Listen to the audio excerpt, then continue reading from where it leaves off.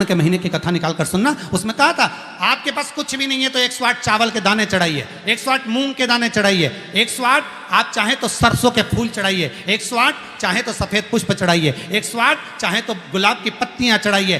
पर सावन के महीने में एक नियम बनाना कि मैं 108 ये वस्तु शिव को समर्पित करती हूं। उसका कारण क्या है? तो स्कंद पुराण में लिखा है शंकर भगवान को सावन के महीने में जब हम 108 कोई वस्तु समर्पित करते हैं तो शंकर उसको लाख और करोड़ों गुना कर कर हमको पूरे वर्ष में प्रदान कर देता है। इसलिए श्रावण महीने में 108 की महत्वता।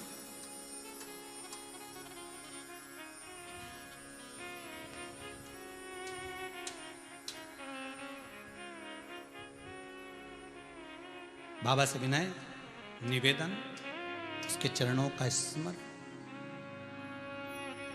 भोला सब दुख काटो मारा, ओ भोला सब दुख काटो मारा, ओ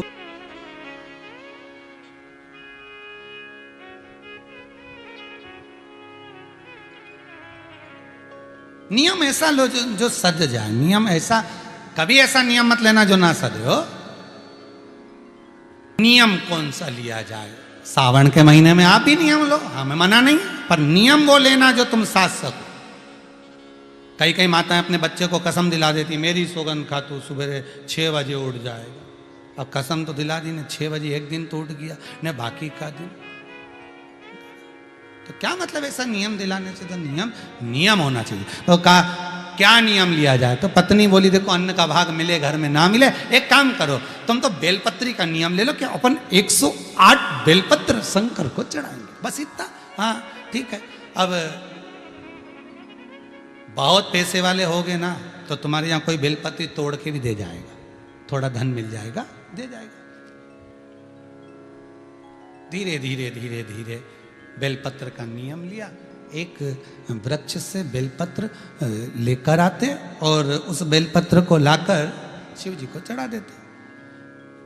निकलते निकलते कम से कम 25 दिन निकल गए, नियम पूरा चलता रहा। 26वां दिन आ गया, नियम पूरा चलता रहा। 27वां दिन आ गया, श्रावण के महीने का 27वां जब दिन आया तब माली ने बेलपत्र तो उतार ली। जो बेलपत्र के वृक्ष का माली था, वृक्ष का जो माली होता है, उसने चिल्ला दिया, हे बेलपत्र अब मत ले जाना, फ्री की मिल रही है तोड़ तोड़ के ले जा रहा हूं, अब मत ले जाना, बिल्कुल भी नहीं, कीमत दीजिए उसकी।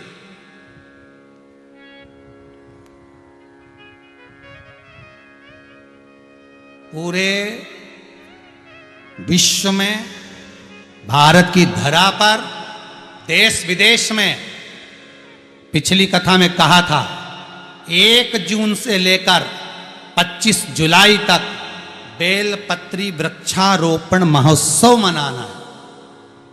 हजारों लाखों वृक्ष सबको लगाना। और आप जो बेलपत्री का पौधा लगा रहे हैं, इसका फल कितना है वो ध्यान करना। एक बेलपत्री का पौधा यदि लगा रहे हो, 24 घंटे बेलपत्री का वृक्ष ऑक्सीजन प्रदान करता है। 24 घंटे, हर पल हर घड़ी ऑक्सीजन देता, रात में भी दिन में भी। और बेलपत्री का पत्ता अगर टूटेगा, टूट कर कहीं जाएगा तो कहां जाएगा? शंकर के चरणों में, शिव के ऊपर। और बेलपत्री का फल अगर टूटा, उसमें से कुछ भाग निकला, तो बेलपत्री के फल में वो आनंद है कि बेलपत्री का बीले का गुर्दा किसी के मुख में चले जाता है तो कई रात्रि तक उसके हृदय में, चित्त में शिव समाया रहता है। और अगर वो मर भी गया तो शंकर के धाम चले जाता है। बेलपत्री के फल में वो आनंद छुपा हुआ। महाराज एक नियम बनाया उन्होंने, बेलपत्री का पौधा, बेलपत्री की पत्ती को तोड़ते, शिव जी को ले जाके समर्पित करते। अब 27 दिन हो गए, वो चिल्ला दिया। माली ने कहा इसका पैसा दीजिए, अगर आपको तोड़ना है तो पैसा देना पड़ेगा। अब इसके पास धन होता तो अन्न का भाग नहीं कर लेता, 108 अन्न के दाने नहीं चढ़ा देता, पर है ही नहीं, कुछ हो तो चढ़ाए नहीं। 28वां दिन 28वां। बगीचे के मालिक ने मना कर दिया।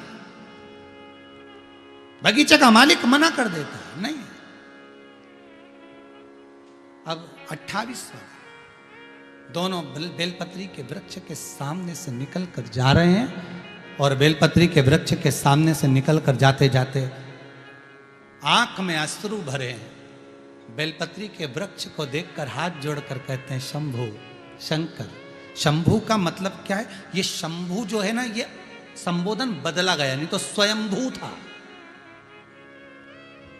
शिव स्वयंभू, अपन कहते शिव शंभु। संबोधन है स्वयंभू। स्वयंभू का मतलब है अपने आप प्रकट हुआ, पैदा नहीं हुआ, जन्म नहीं लिया और ना मरेगा। वो स्वयंभू है, स्वयं प्रगटा है। हे ईश्वर, कृपा कर, दया कर। 28वां दिन है, 28, 29, 30, 3 दिन की बात है बाबा। बेलपत्री नहीं मिल रही। बाबा की कृपा देखिए, जो नियम बनवाता है वही नियम को पूरा करवाता है। नियम को पूरा करने वाला कोई दूसरा नहीं होता। एकादशी का व्रत आपने उठाया, पर वो व्रत करवाएगा कौन? भगवान। सोमवार बनाओ नियम, बना लिया नियम बेलपत्री का। भी ये 3 दिन बचे, अब क्या करें? जा रहे थे, जाते जाते इतने में स्वयं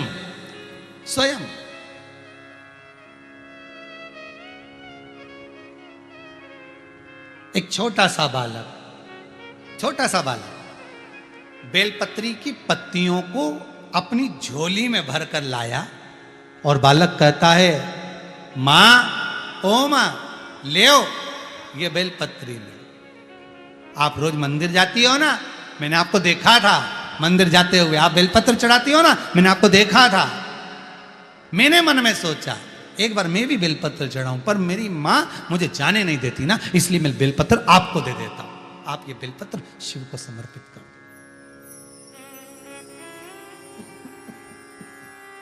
आप ये बेलपत्र शंकर को।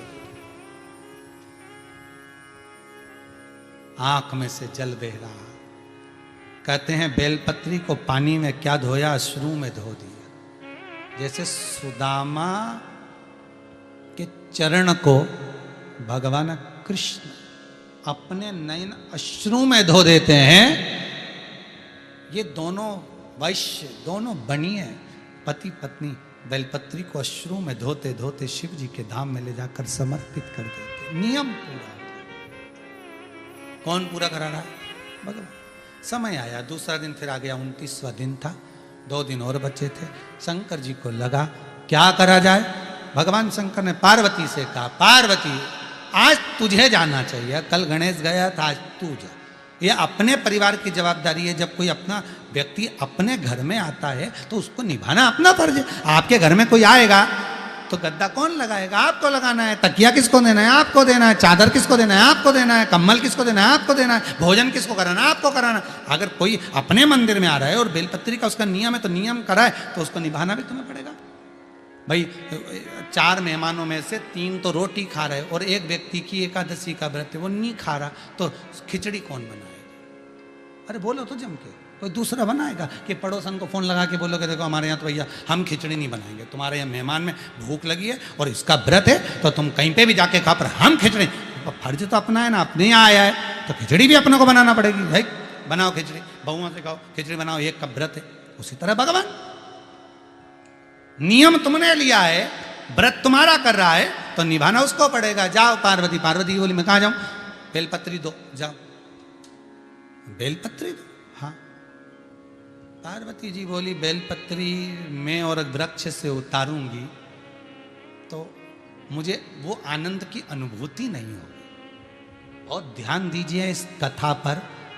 हो सकता है आज कथा का प्रथम दिन और बाबा ने ये कथा आप सबके लिए निकाली है, तो उसको धारण करिएगा कि बेलपत्री की अगर मैं वृक्ष से उतारती हूं तो दुख मुझे होगा, ये पार्वती जी कहती है।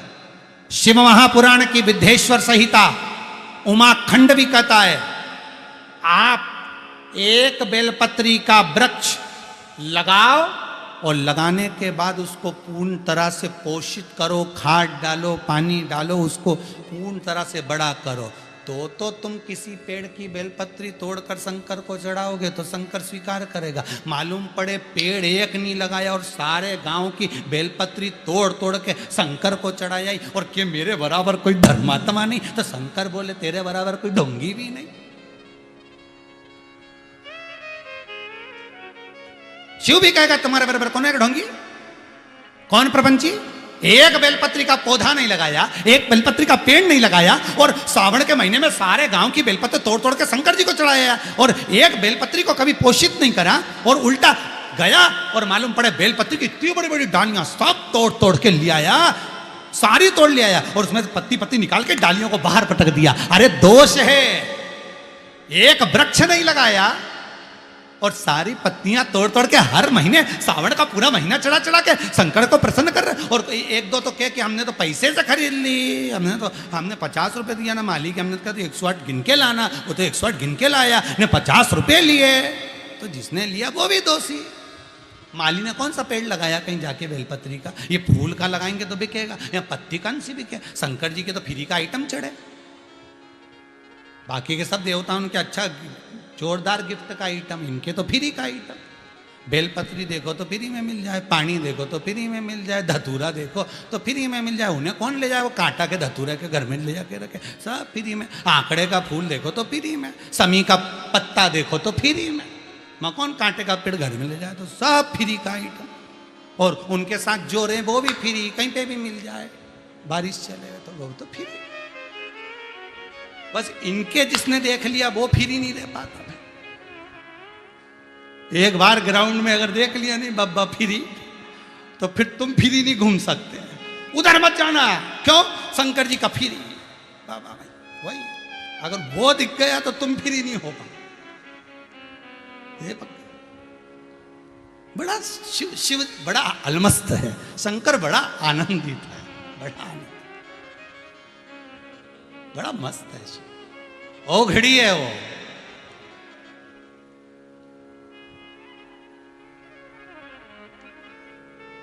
ओ घड़ी है।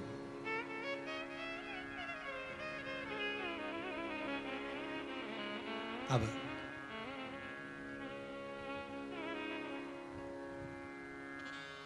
जाओ पार्वती तुम जाओ। पार्वती जी बोली मैं तोड़ूंगी बेलपत्र, उतारूंगी, मुझे दोष लगेगा, श्रेष्ठता नहीं होगी मेरी, मैं कैसे जाऊं। शिव बोले नहीं ऐसा नहीं है, आप जाओ, बेलपत्र ऐसा हो तो मेरी ही उतार कर चढ़ा जाओ, जाओ उठाओ और देखा रहा। पार्वती जी ने जो कल बेलपत्र चढ़ाई थी वही पार्वती उठा के लिए इन धोखे वापिस चढ़ दी।